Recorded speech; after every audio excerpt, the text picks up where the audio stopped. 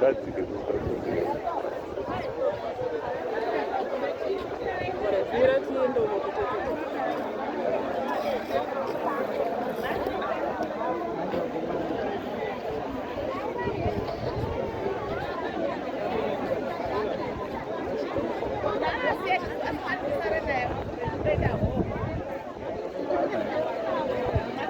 Sasa ku sports field kuchikanga kutone market kudarika kuno kuzimta kuno nekuti kuno kuzimta naye kuno kaatengi miseka kungogara zvinhu zvinotoora munomu ende akutomborina market ende mvura kana ichinge yoonaya zvinoitika ngechekuti mvura inowerera ichidzika nekudzasi kwesoko ichierera ichidzika nemashops plus zvinotonetsa kuti dzimwe dzobva nekumakomo tikada kunga mazoi maplaza aya chakazoti kudzasi kucherwe inyaya yemvura iri kunaya inonetsa inogona kutoenda kana kwe6 days isina mvura.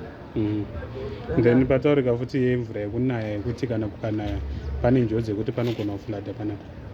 Panonyudza parudzi vaiswe pacho mvura ikatoerera inotoerera inobva uku chidzika inodzika pachinga saka hapatoitika hapaiti.